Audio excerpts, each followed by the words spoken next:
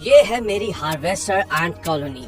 एक छोटी सी ट्यूब से शुरू होने के बावजूद 30 दिनों के दौरान ये कॉलोनी पूरी तरह से नए लेवल पर फैल गई है। इस महीने मैं इन चींटियों के लाइफस्टाइल को डॉक्यूमेंट करूंगा, जिसमें उनका शिकार करना, अपना शेल्टर बनाना, इनका खाना पीना और इसके अलावा और भी बहुत कुछ शामिल है। मैंने इसमें शिकार और शिकारियों को भी शामिल किया ताकि रियल वर्ल्ड सिनारियोस को सिमुलेट कर पाऊँ। ये समझने के लिए कि इस सब की शुरुआत कैसे हुई, हमें लौटना होगा डे 1 पर, जब मेरी ये पूरी कॉलोनी सिर्फ एक ट्यूब में थी। भले ये दिखने में छोटी हूँ, लेकिन ये वाकई काफी पावरफुल होती हैं। ये दर्शाने के लिए मैं एक जिंदा मील वर्म को अंदर डाल रहा हूँ। कॉलोनी तुरंत ही डिफेंस मोड में चली जाती है और वर्कर्स ने वर्म्स पर हमला बोल डाला। आधी चींटियों ने अपने जबड़ों से कीड़े के एक्सोस्केलेटन को क्रश कर दिया। वहीं बाकी की बची आधी चींटियों ने क्वीन और लार्वा को संभावित खतरे से बचाने के लिए घेर लिया। अपने डंकों से उन्होंने कीड़े को पैरालाइज करने के लिए तेज जहर उसके शरीर में इंजेक्ट कर दिया। मीलवर्म के पास कोई मौका ही नहीं था और अब उसका एकमात्र उद्देश्य अगले कुछ दिनों तक मेरी इस एंट कॉलोनी के लिए भोजन प्रदान करना था। मैं देख पा रहा था कि इस छोटी सी ट्यूब के हिसाब से कॉलोनी काफी तेजी से फैल रही थी और वो बाहर निकलने की कोशिश भी कर रहे थे। इसलिए मुझे लगा कि अब इन्हें एक बड़े घर में भेजने का बिल्कुल सही समय है।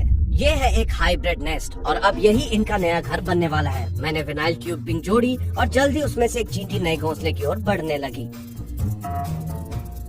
इसकी खोज करने के बाद वो अपने घर वापस गई और उसने कॉलोनी के बाकी सदस्यों को इस नई जमीन के बारे में बताया और बाकी दिन के दौरान धीरे धीरे चींटियां नए घोंसले में चली गई। कुछ दिनों तक मैंने अपनी कॉलोनी को उनके नए घर की आदत डालने दी, लेकिन डे 6 के आने तक मैं प्लास्टिक के घोंसले में इन चींटियों को देखते देखते थोड़ा बोर हो गया था। इसलिए मैं उनके लिए जिंदा शिकार और शिकारियों वाला एक रियल वर्ल्ड हैबिटेट बनाना चाहता था, जो था एक रेगिस्तान। ये बनाने के लिए मैंने एक ड्रेनेज लेयर से शुरुआत करते हुए बेस तैयार किया और फिर फ्लोर के लिए सैंड और कोकोनट फाइबर का मिक्सचर डाला और फाइनली मैंने उसमें पत्थर, लकड़ी और कैक्टस डालकर एक रेगिस्तान बना ही दिया।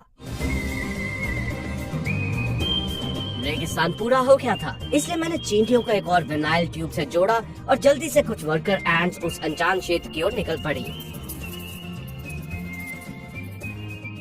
कॉलोनी को इस रेगिस्तान में और आगे जाने का रीजन देते हुए मैंने उनके आवाज के चारों ओर उनका पसंदीदा भोजन यानी कि डैंडेलाइन सीड्स डाल दिए और इन बीजों ने चींटियों को रेगिस्तान में झुंड में आने के लिए प्रेरित किया और हर चींटी अपनी क्वीन तक भोजन पहुंचाने में अपना योगदान देने लगी।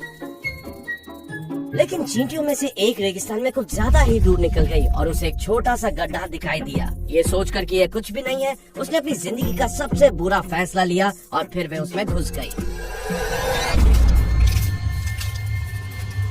कोई तो उस पर हमला कर रहा था और बेचारी चींटी कुछ नहीं कर सकती थी। याद है ना, अर्लियर दैट डे मैंने डेजर्ट में एंट लायन के लार्वा डाल दिए थे। ये चींटियां रेत में छोटे छोटे छेद बना देती हैं और इस जैसी बदकिस्मत चींटी का उनके जाल में फंसने का इंतजार करती है। लेकिन ये चींटी बिना लड़े मरने वालों में से नहीं थी। उसने अपने जबड़े से उसे कस के पकड़ लिया। एंट लायन असल में हार रही थी और चींटी पर उसकी पकड़ भी नहीं थी, लेकिन एंट लायन चालाक थी और उसने अपनी बिल खोदने की क्षमता का इस्तेमाल करके चींटी को रेत के नीचे खींच लिया और फिर वो चींटी दोबारा कभी दिखाई नहीं दी।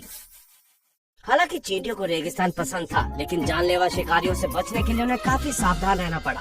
खैर, मैं चींटियों के लिए डेजर्ट प्रे ऐड करना चाहता था ताकि उन्हें प्रोटीन सोर्स प्रदान किया जा सके। तो आप सबके सामने पेश है मैक्सिकन जंपिंग बीन्स। ये दिखने में बड़े से बीजों जैसे लगते हैं, लेकिन असल में ये मूव कर सकते हैं। ऐसा इसलिए क्योंकि हर इस बीन के अंदर एक छोटा सा कैटरपिलर होता है जो आगे चलकर एक खूबसूरत मॉथ में बदल जाएगा। लेकिन ये कैटरपिलर मॉथ नहीं बन पाएंगे क्योंकि चींटियां इन्हें पहले ही खा लेंगी।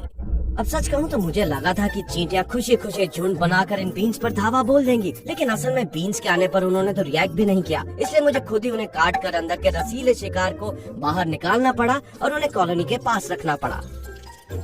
और हाँ, ये कहना सही होगा कि चींटियों को ये मुलायम कैटरपिलर्स बहुत पसंद आए, जिन्हें वो अपने जबड़ों से 2 हिस्सों में बांट सकती थी। सच कहूँ तो ये वाकई काफी ब्रूटल है। कॉलोनी ने धीरे धीरे बीजों और कैटरपिलर के जरिए अपने घर में फूड सप्लाई को बढ़ाना शुरू कर दिया और जाहिर है जरूरत से ज्यादा भोजन की वजह से क्वींस ने ज्यादा से ज्यादा एग्स देने शुरू कर दिए। कुछ ही दिनों में कॉलोनी की आबादी तेजी से बढ़ने वाली थी, जैसे कि बूम। इसलिए सभी नई चींटियों के लिए तैयारी करने के लिए मैं चींटियों को एक नया हैबिटेट देने वाला हूँ, जिसमें नए शिकारी और शिकार होंगे। तो इस अजीबोगरीब आकार के टेरेरियम में मैं एक रेन फॉरेस्ट बनाने जा रहा हूँ। सच कहूँ तो इसे बनाने का तरीका थोड़ा पेचीदा है, इसलिए मैं आपको बस कुछ स्पीड अप क्लिप्स दिखाऊंगा। लीजिए, हो गया। सबसे पहले मैं इस रेन फॉरेस्ट को कुछ केंटकी ब्लू ग्रास के बीजों से भर दूंगा। और फिर चींटियों को और भी ज्यादा भोजन प्रदान करने के लिए मैं इसमें कुछ उड़ ना सकने वाली फ्रूट फ्लाइज को भी जोड़ूंगा। बेशक जहाँ खाना होगा चींटियां वहाँ तो जाएंगी ही, और कुछ ही मिनटों में चींटियां झुंड बनाकर अपने नए आवास में पहुँच गयी। उड़ ना सकने वाली ये फ्रूट फ्लाइज चींटियों के शिकार के लिए बिल्कुल सही आकार की थी और बस एक चींटी खुद ही उन्हें वापस घोंसले तक ला सकती थी। लेकिन ये सिर्फ खाने से भरा एक ड्रीमलैंड नहीं था, यहाँ दूसरे शिकारी भी थे और ये बात समझने में इस चींटी ने देर कर दी।